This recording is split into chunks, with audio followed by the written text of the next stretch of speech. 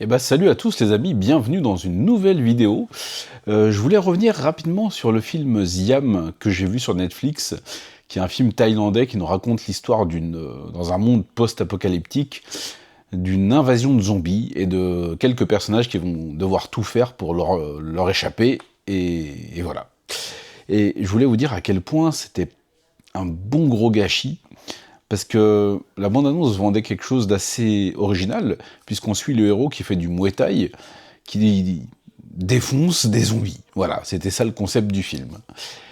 Et je trouve ça assez intéressant de voir à quel point une mauvaise réalisation et surtout une mauvaise direction de l'action peut gâcher un super concept.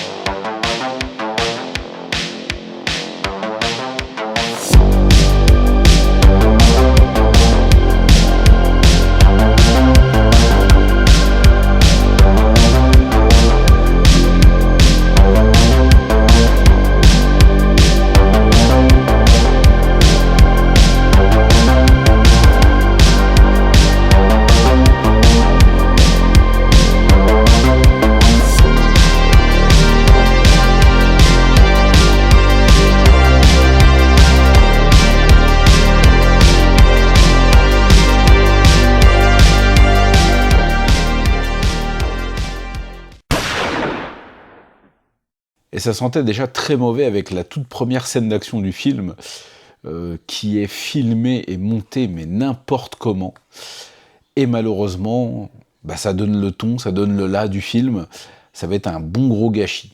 L'acteur principal a certaines compétences martiales, même si, bon, rien d'extraordinaire. Enfin, je dis ça, mais je serais absolument incapable de faire la moitié de ce qu'il fait. Mais tout est gâché par un montage complètement merdique.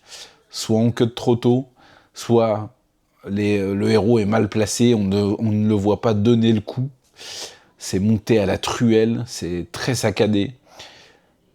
C'est du gâchis, tout simplement. C'est un gros gâchis. Alors l'histoire en elle-même n'a rien de révolutionnaire, mais comme je l'ai souvent dit, comment est-ce qu'on peut encore, à l'heure actuelle, révolutionner le film de zombies? Je sais pas si c'est encore possible. Alors à moins de faire quelque chose de très très énergique, mais pas révolutionnaire pour un sou. Hein, je pense à des films comme The Sadness. Alors là, The Sadness, vous allez me dire, oui, c'est pas des zombies, c'est des infectés par la rage, plus ou moins, oui.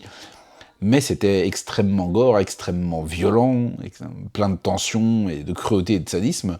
Alors ça ne révolutionnait rien, mais le côté très graphique du film permettait au film de surnager au-dessus des millions de films du même genre qui sont déjà sortis. Siam, c'est une perte de temps. C'est dommage parce qu'il y a un soin qui est apporté tout particulièrement au maquillage des zombies, qui ont un look que j'aime beaucoup, qui sont très nerveux, qui courent dans tous les sens. Il y a eu un soin sur le maquillage, sur l'aspect esthétique du film, mais tout ce qui l'entoure. Alors le fait que ça soit un post-apo, franchement, à part que les grands riches qui survivent veulent sacrifier la pauvre population, ça n'apporte absolument rien et c'est déjà vu X fois. Non, ça a été une déconvenue totale, surtout le final, alors qu'il vire dans le grand guignolesque absolu et la mièvrerie totale, avec ce héros invincible, où on nous tease peut-être une suite, mais non, vraiment non, je valide absolument pas ce film. À la place, je vais vous conseiller deux films, alors dont j'ai déjà parlé, surtout un, à tort et à travers sur la chaîne, mais pour moi c'est une belle occasion de le replacer, alors je vais évidemment, vous l'avez compris les amis, vous parler de Zombie Fight Club, de Joe Chien que j'ai évoqué dans la précédente vidéo de Film en vrac, qui est un réalisateur taïwanais qui nous a gratifié de ce chef-d'œuvre en 2014. Alors c'est un film que j'aime particulièrement, je l'ai déjà dit plein de fois, et je vais donc vous le redire encore une fois au cas où le message ne serait pas passé.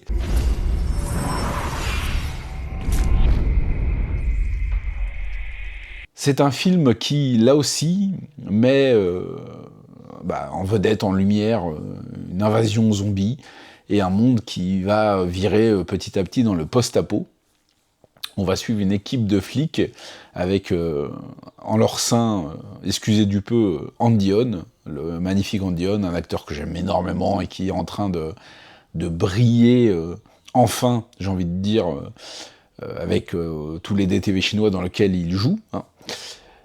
Il y a aussi également Philippe Hung, je sais que je le dis mal, Hung, désolé, j'y arriverai jamais, qui a été le grand méchant de City of Darkness, qui là aussi joue un flic, et le chef de cette escouade est incarné, excusez-moi encore du peu, par le sublime, le génial, le légendaire Michael Wong. Voilà. Alors déjà, si avec ces 3 noms, vous n'avez pas envie de voir le film, je ne peux rien pour vous. Mais en plus, on a en antagoniste l'acteur taïwanais Jack Cao, que j'aime énormément, qui a une vraie gueule de cinéma, un vrai charisme. Alors on a pu le voir entre autres dans Millennium Mambo avec Shuki, ou dans Island of Fire avec Jackie Chan, Sammo, Tony Leung Ka-fai, qui est aussi un de mes films de chevet, dont je vous parle une vidéo sur 4 à peu près. Et on a aussi au casting la magnifique, la sublime Jessica Kambesi, Jessica C, qui a d'ailleurs rencontré son mari sur le tournage, puisqu'elle a fait sa vie avec Andy On. Ils forment une très très belle famille, je les suis sur les réseaux sociaux, ils sont simples, attachants, leur couple fonctionne extrêmement bien, je trouve. Et là, à l'écran, on a le prémisse de cette union, parce que je trouve qu'ils ont une alchimie qui fonctionne plutôt bien, même si, alors c'est pas évidemment très très très fouillé, voilà, on est dans un film de zombies, pas dans une romance, mais il y a quelques petits jeux de regard qui déjà annonçaient la belle romance réelle qu'ils allaient vivre en dehors des plateaux de cinéma. Zombie Fight Club, ça commence... qu'est-ce que j'aime ce film, putain. Comment je vais réussir à vous en parler correctement. Ça commence comme un mixte entre The Raid et un film de zombies, puisqu'on va suivre donc une épidémie zombie qui va se propager petit à petit, alors qu'une escouade de flics va intervenir dans l'immeuble. Et ça dure à peu près 45-50 minutes environ. Et j'aime énormément ce début. Alors le film a une tonalité un peu jaunâtre grise dans sa couleur. La photographie, je dirais que c'est peut-être un des points faibles du film parce qu'elle n'est pas très très lumineuse, elle est assez grisâtre, assez terne, assez jaune pipi un peu. Mais c'est pas grave, c'est très bien filmé, c'est bien réalisé, c'est assez immersif dans l'action. Et on va avoir une tension qui va s'installer petit à petit avec donc cette invasion zombie qui va se propager d'un personnage à l'autre, et nos héros qui vont devoir tout faire pour s'en sortir.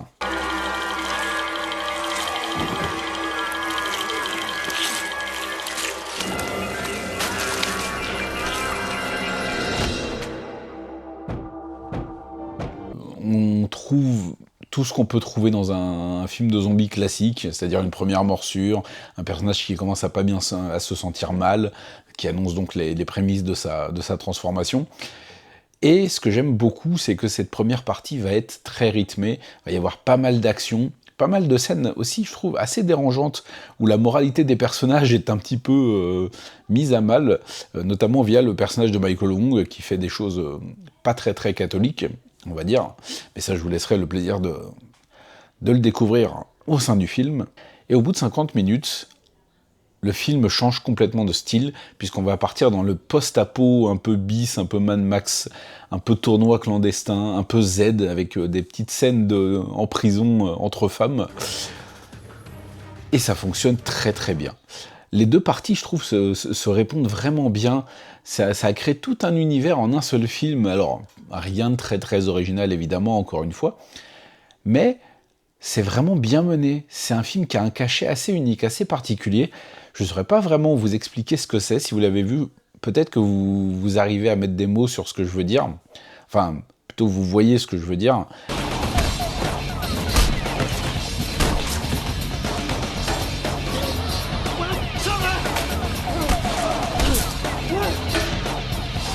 Partie qui va basculer dans le Z avec des affrontements, un tournoi clandestin entre des hommes et des zombies, un père, le personnage de Jack Cao qui va un peu faire penser à certains personnages de The Walking Dead, notamment le gouverneur, qui garde auprès de lui sa fille qui a été contaminée, qui est devenue un zombie, donc des combats clandestins, un petit passage d'exploitation pure, façon série Z, avec des des gardiennes de prison un petit peu vicieuses.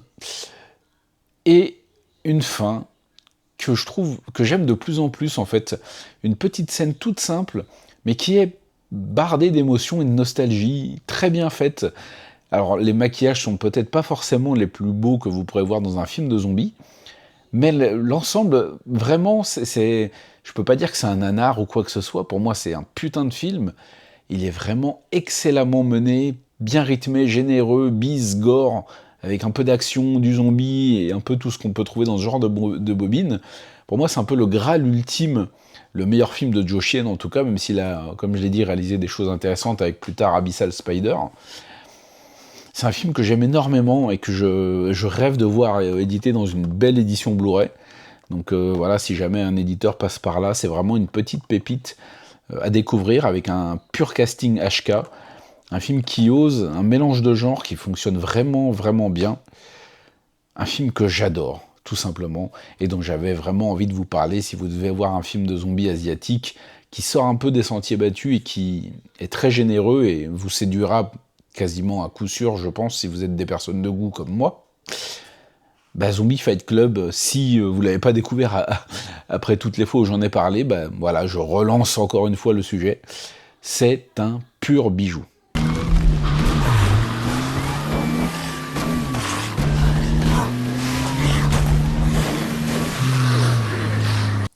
Et on va partir au Japon pour un autre film de zombies. Alors c'est pas vraiment des zombies, cette fois-ci c'est des infectés, mais bon, ils ont totalement le comportement de zombies.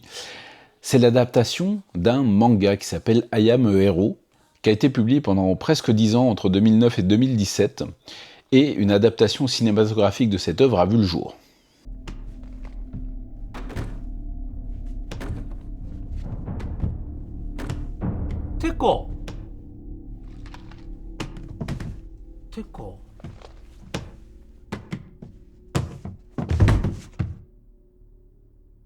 Le film est réalisé par Shinsuke Sato et nous raconte l'histoire d'un mangaka, pas très doué, en difficulté dans son couple, qui voit un jour sa vie basculer lorsque le monde est en proie à une mystérieuse épidémie et qu'il va devoir tout faire pour s'en sortir et peut-être, comme il l'espère, devenir enfin un héros.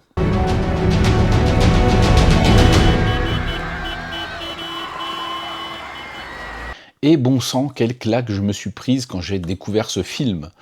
Il est d'une maîtrise assez incroyable, mais sur tous les plans, que ce soit au niveau de la narration, avec cette invasion, cette contamination qui commence petit à petit, par des petits détails un petit peu insinueux. Ça m'a fait un peu penser à Shaun of the Dead dans certaines scènes. La maîtrise visuelle, avec des scènes d'une ampleur assez incroyable, notamment dans le final, notamment dans le début, avec cette invasion qui prend place dans les rues du Japon de manière de plus en plus violente, ces personnages qui fuient dans tous les sens, ces gens contaminés qui commencent à apparaître de plus en plus, qui parlent, en fait, c'est une espèce de folie bizarre. Ils se mettent à avoir des tocs de langage, à répéter les choses plusieurs fois. Des scènes graphiques, parce que le film est très violent, même s'il a un aspect moins douloureux et moins sadique que The Sadness, par exemple. J'ai en tête plusieurs scènes où on voit un avion qui survole les toits, qui est sur le point de se cracher, le héros qui parcourt les rues, qui essaie d'échapper à une horde de zombies, enfin de contaminés. Il y a aussi une scène dans une voiture qui est d'une maîtrise technique assez incroyable. Et enfin, l'écriture des personnages, qui je trouve est un vrai plus, même si ça reste assez classique avec ce personnage un peu timide, un peu introverti, qui se rêve grand leader, qui au final a une vie assez compliquée, assez morne. Il n'arrive plus à communiquer avec sa petite amie, professionnellement, il n'a pas du tout atteint ses objectifs, et il va essayer de se réaliser, de braver un peu ses peurs, de s'affirmer, avec donc cette contamination qui change complètement, qui bouleverse sa vie. La réalisation est mortelle, la photographie est sublime, et il y a un grand soin, et je le dis et je le répète, qui a été apporté au maquillage des créatures, notamment une créature assez marquante que j'appellerais le sauteur en slip. Si vous avez vu le film, vous savez très bien de qui je parle. On a plusieurs gros plans sur ce personnage et ce maquillage qui est incroyable et extrêmement badant. notamment dans ses déplacements, parce que il fait une espèce de course tordue avant de prendre son élan et de sauter. On sent que c'était un ancien gymnaste avant qu'il ne soit contaminé. Et il arrive à faire des sauts vraiment, vraiment, vraiment badants. Et comme je l'ai dit, le final est un morceau de bravoure bien gore, bien violent, avec le héros qui doit affronter, je sais pas combien ils sont, mais il y a au moins une soixantaine, 80 contaminés au moins, avec son seul fusil et beaucoup de cartouches. Donc ça explose, ça tire dans tous les sens.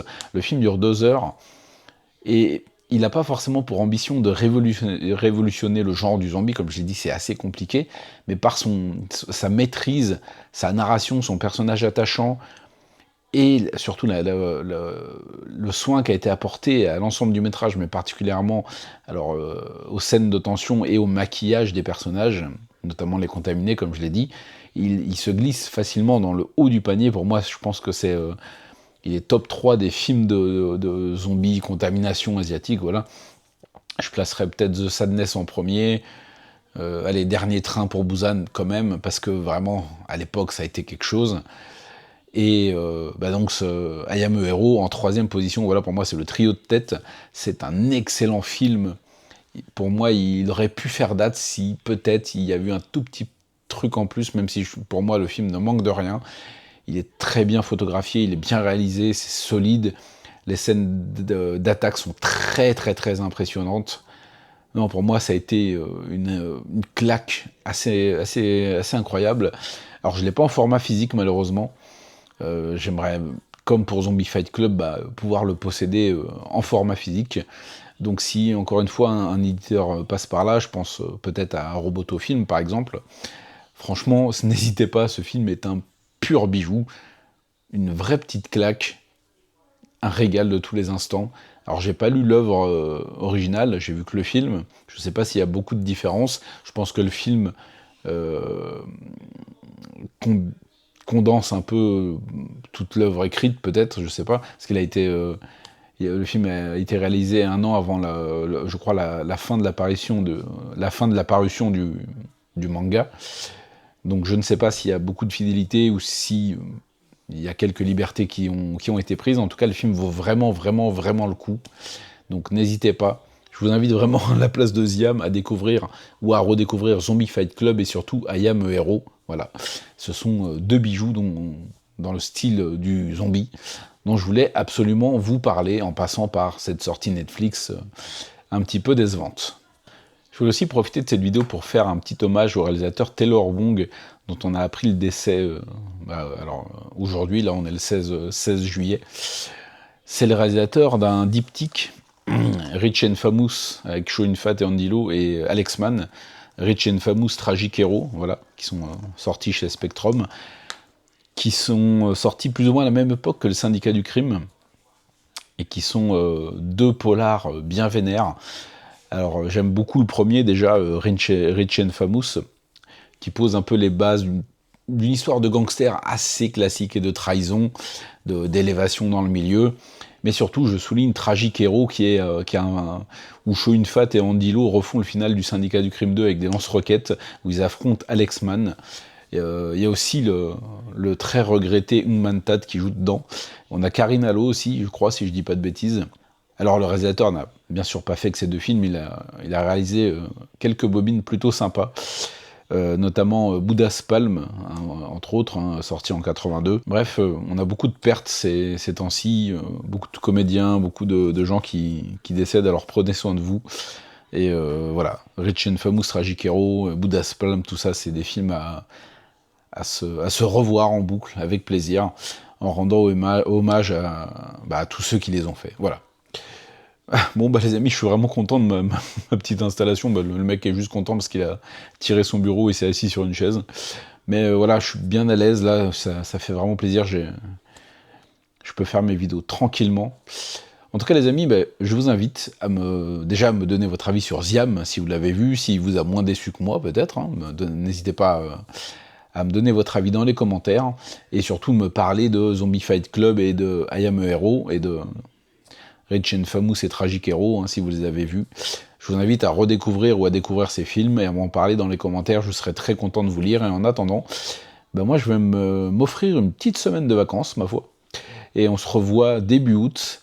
Ça sera un mois assez chargé sur la chaîne. Je vais essayer de rester bien actif, encore une fois, comme je vous l'ai dit, pour mon projet de septembre, pour pas que l'algorithme me fasse chuter encore plus. Alors, le mec dit ça, mais il fait 200 vues par vidéo. Oui, mais 200 vues, c'est quand même quelque chose. Hein. D'ailleurs, à ce propos, on est à 1985 abonnés, on est à 1985 personnes sur la chaîne. Alors, je vous dis merci 1985 fois. J'espère qu'on aura atteint les 2000 début septembre. En tout cas, les amis, prenez soin de vous et regardez du cinéma asiatique, parce que vous savez que ça déchire. Salut!